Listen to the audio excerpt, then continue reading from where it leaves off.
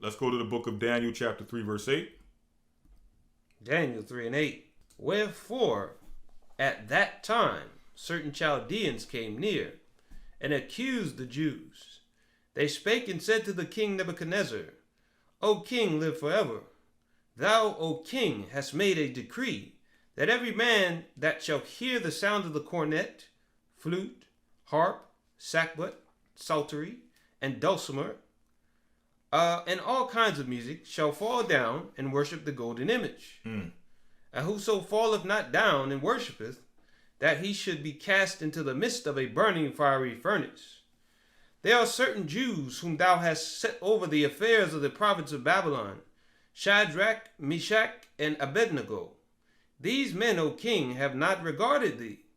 They serve not thy gods, nor worship the golden image which thou hast set up. Then Nebuchadnezzar, in his rage and fury, commanded to bring Shadrach, Meshach, and Abednego. Then they brought these men before the king. Right, so these are three Hebrew men who were brought over in the captivity of Jerusalem. Okay, that captivity took place primarily starting in 589 BC. And they would gradually bring Israelites, primarily Israelites who were of good stock, of high regard, of high repute. Okay, those who were princes and things of that nature, those who were of high intelligence or what have you, and they would bring them over to Babylon. All right. Now, the story of Daniel, or the book of Daniel, is a story about primarily Daniel himself, who was one of those children that were brought to Babylon and raised up in Babylon, but also there were others such as Shadrach, Meshach, and Abednego who were also brought over from Jerusalem into the captivity of Babylon and were raised up to be eunuchs and raised up to be wise men in Babylon. Okay, so obviously within Babylon they are an idolatrous nation. So they had a custom that whenever the music played, similar, and you go to Islamic countries, every few hours or so, they'll have the reciting of the Quran playing. Okay, they'll have this music playing where they're reciting the Quran, and everyone must fall down and worship, regardless of what you're doing. If you're out in the street, if you're in a place of business, you must fall down and worship at that time. Okay, well, that's similar to what was set up in Babylon, where they would have times a day where music is played. Everyone must worship the golden image as a decree from the king, or as it was decreed from the king. Okay? Now, the issue was these three men, Shadrach, Meshach, and Abednego, they were Jews who, according to the Jew law or the Israelite law, could not fall down and worship idols. They were commanded not to do so. Okay? When you go into the epistle of Jeremiah, he tells the Israelites, don't be afraid of the idols when you go into Babylon. Okay? Be sure that you hold to the customs and the laws of your fathers and not worshiping the great idols that you're going to see in Babylon. Don't allow anyone to force you into worshiping those images.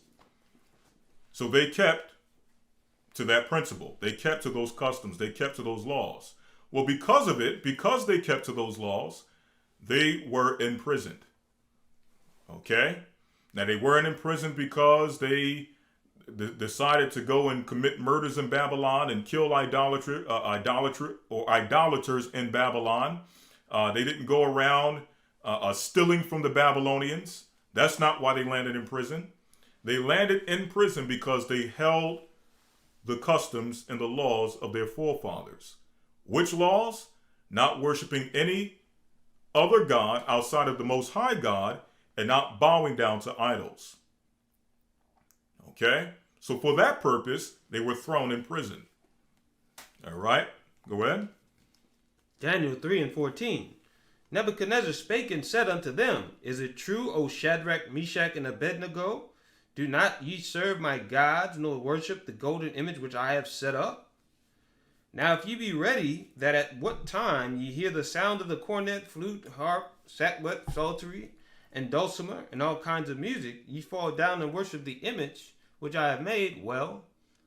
But if ye worship not, ye shall be cast the same hour into the midst of a burning fiery furnace. And who is that God that shall deliver you out of my hands? So he said, who is the Most High, this God that you worship, this God whose laws you keep? Who is he that he will deliver you out of my hands if I were to throw you into this burning furnace for not worshiping my gods? What power does this God have that you worship that will deliver you from this fiery furnace for not worshiping my idols? Well, we all know the story. Eventually, Nebuchadnezzar found out exactly who that God is. Let's read on. Verse number 16. Verse 16. Shadrach, Meshach, and Abednego answered and said to the king, O Nebuchadnezzar, we are not careful to answer thee in this matter. If it be so, our God whom we serve is able to deliver us from the burning fiery furnace, and he will deliver us out of thine hand, O king. So they said, we're not careful to answer thee in this situation. We don't even have to think about our answer or think about our response in this situation. We don't have to ponder what we're going to do in this situation. Okay? We're coming straight forward. If you were to throw us into this fiery furnace, our God would deliver us. Simple and plain. Okay? Read on. But if not, be it known unto thee, O king, that we will not serve thy gods, nor worship the golden image which thou hast set up. Exactly. So regardless of what you do, we're not going to bow down to your gods. Read on. Then was Nebuchadnezzar full of fury, and the form of his visage was changed against Shadrach, Meshach, and Abednego.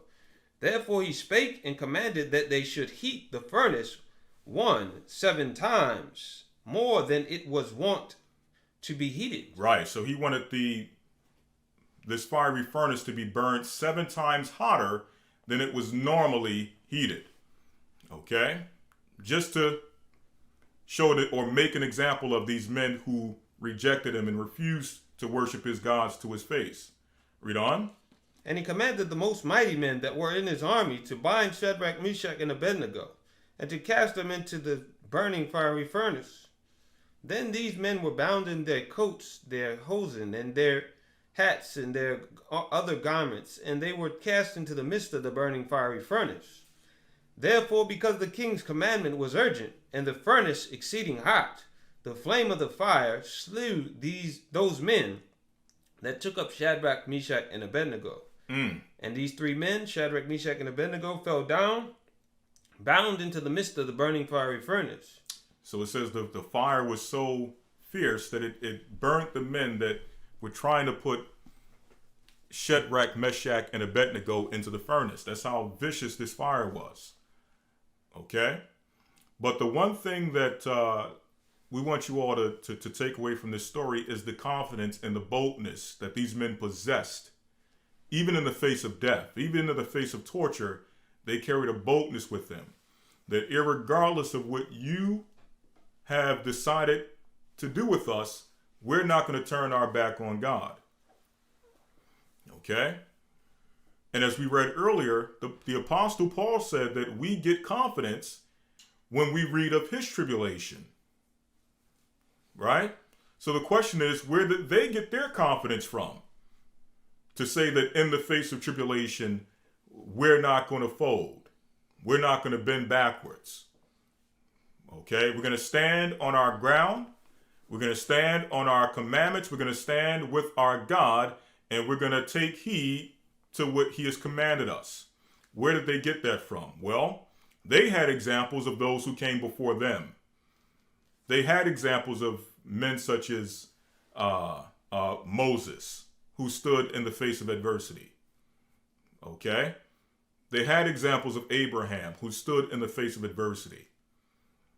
They had examples of David, who stood in the face of adversity. So they had many examples who they could look to in their time to say that, well, they faced adversity, and yet the Most High delivered them. And the same God that delivered them is the same God that we worship And therefore, that same God who had the power to deliver them has the same exact power to deliver us. So they, as Paul, was an example to those of his time. And those of his time are an example for us in our time. They had examples for those or of those that came before them, who served as examples to say that, hey, even in the face of death and tribulation, when it seems like no way, we're going to trust the Most High's way, and he will make a way. Okay, this is in the annotated Apocrypha 3:24. And they walked in the midst of the fire, praising God and blessing the Lord. Then Azarias stood up and prayed on this manner, and opening his mouth in the midst of the fire said, Blessed art thou, O Lord God of our fathers. Thy name is worthy to be praised and glorified forevermore. For thou art righteous in all the things that thou hast done to us. Yea, true are all thy works, thy ways are right, and all thy judgments truth. Mm-hmm.